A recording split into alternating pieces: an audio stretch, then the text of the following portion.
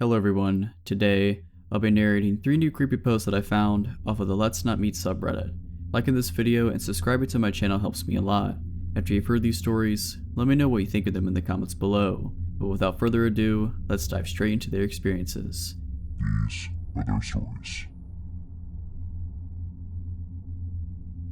This happened in 2015 when I was 16 and still living in my hometown, a forgotten little beach town in the middle of nowhere that's so remote it's probably not even known by surrounding areas. Basically, there's 3 things you can do there as a teenager: go to the movies, swim, or go to this pathetic little place called Miller's Fun Park. It's relatively similar to a lot of fun park type things, only a whole lot worse. There's a crappy arcade with broken skee-ball machines, batting cages that probably haven't been used since the early 80s, a pathetic mini golf course, and the most dangerous go-karts you've probably ever seen in your life.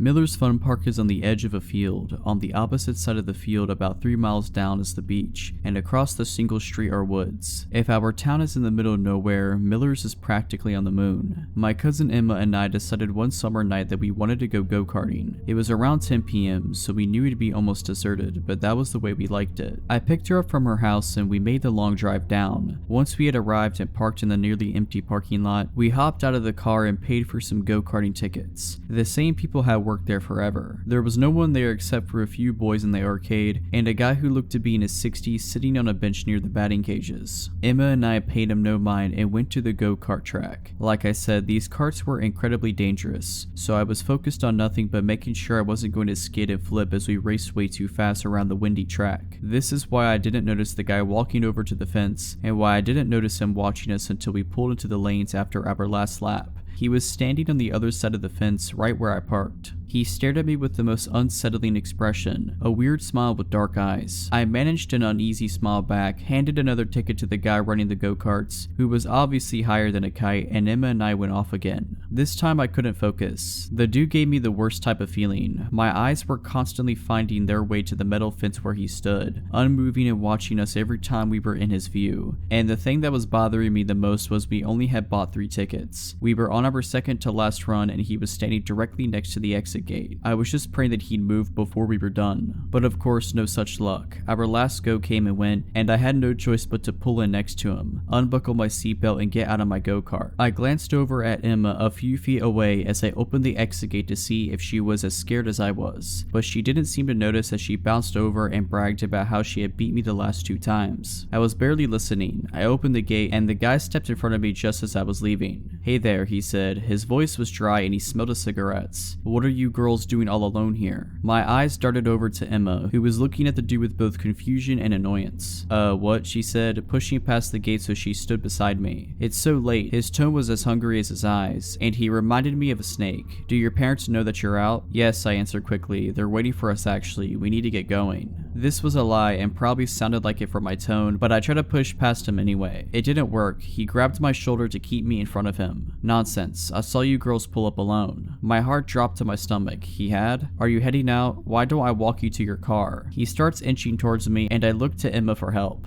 With one swift movement, she pulled me halfway behind her and started sizing the guy up. This was pretty dumb as we're both small, and though she's a few inches taller than me, neither of us are anywhere near his size. This guy clears 6'2" easy, but she doesn't seem to care. "Actually, we were just headed to the arcade," she says harshly. "Her boyfriend is going to meet us here." I did have a boyfriend at the time, but he wasn't coming. He wasn't even in town, and I knew that she knew this. The guy's face immediately changes. His smile disappeared and he now was glaring down at me with a look of annoyance in his eyes. I felt myself start to cower. "Boyfriend," he says roughly. Emma didn't give me time to say anything. She grabbed my arm and tugged me behind her into the arcade. The boys from before had already left, and the usual girl who worked in there was nowhere to be found. Still, it felt safer than outside. We ran to the back and hid behind the claw machine. "What do we do?" "I left my phone in my car," I whisper shouted. There was no way I was going out there alone, and the go-kart guy had already disappeared into the small ticket shack. "I don't have mine either. I left it charging," she said, face palming. "We're just gonna have to make a run for it." "Are you crazy? He's probably waiting for us in the parking lot." "What about the guy who runs the go-karts? We could get him to walk us out," she said. I just shook my head. "He's as high as Mount Everest right now. I don't want to risk running all the way to the ticket stand for nothing." "Then we have no choice." She stood up, pulling me with her. "Let's go." I swallowed hard, wanting to cry. I'd never been that scared before. There was something so wrong about that guy. We made our way out of the arcade, looking around to see if he's nearby. The park was now absolutely deserted. Emma practically had to drag drive me to the exit. I was looking every direction every second, waiting for the guy to come out of the woods or something and pounce on us at any second. But he didn't. Everything was still. "Get your keys out," Emma instructed, and I pulled them from my pocket. We were about 20 feet from my car when I stopped dead in my tracks. "What?" she whispered. I stared at the car, keys in hand. I had never locked it. "I never locked the car, Emma." "What?" "I didn't lock it. What if—" I trailed off, but she knew what I was saying. She started inching towards the car, and I grabbed her arm to stop her, but she pulled me away. "I'm just going to peek. If I say run, you run." Her voice is quiet. I nodded shakily. She eventually made it close enough to see inside, but by the way she was squinting, I knew it was too dark to make anything out. My heart was beating out of my chest. What if he's in there? All these thoughts almost drown out the unmistakable sound of shoes slamming against the pavement. My head whipped around instantly, and there he was, sprinting at us at full speed out of the woods. I screamed bloody murder and broke for the car, jiggling the handle as I realized I had locked it. Emma was already on the other side, screaming at me to unlock it. I fumbled with the keys but managed not to drop them as I unlocked the door, flung it open, and practically threw myself inside. I just managed to close the door when he was there, slamming his fists against the window and shouting incoherently. I was sobbing at this point and barely managed to lock the doors as he goes for the handle and yanks on it as hard as he can. Emma was screaming at me to go, and through my tears I shoved the key into the ignition and flew into reverse. He was still chasing us and yelling as I veered backwards out of the lot and turned as fast as I could while slamming on the gas. I was driving like I was still in a go-kart, but I didn't care. I could barely see the road through the flood of tears, and Emma had to grab the wheel several times to keep us from crashing before I regained some composure. Though obviously shaken up, she managed to keep her tears and be the same one out of the two of us as we drove at least 30 miles over the speed limit the whole way back to my house. We kept this encounter a secret between us for a long time, but me and Emma decided to tell this encounter we had experienced on here. We didn't talk about it until months after the horrifying encounter. Safe to say we never went back to Miller's Fun Park after that. I urge all of you to be extremely careful when going out at night. I just hope that me and Emma never have to see that lunatic again.